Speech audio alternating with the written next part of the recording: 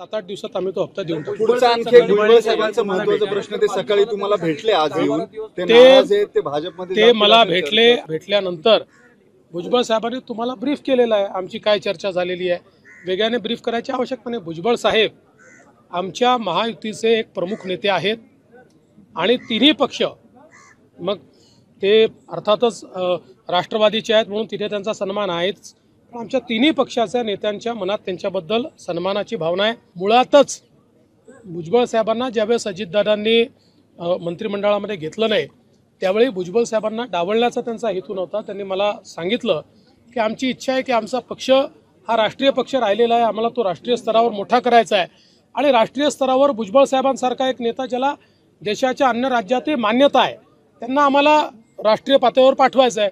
भुजबळ साहेबांचं मत जरा वेगळं होतं, त्याच्यामुळे हा प्रश्न निर्माण झालेला आहे। पण आम्ही सगळे मिळून याच्यावर तोडगा काढू आणि भुजबळ साहेबांसारखा एक नेता हा आमच्यासोबत मैदानात असला पाहिजे या दृष्टीनं त्यातनं मार्ग काढला जाईल। त्यांनी असं आहे, त्यांनी अशी मागणी केली नाही, अशा प्रकारचा कुठला विषयही समोर आलेला नाही।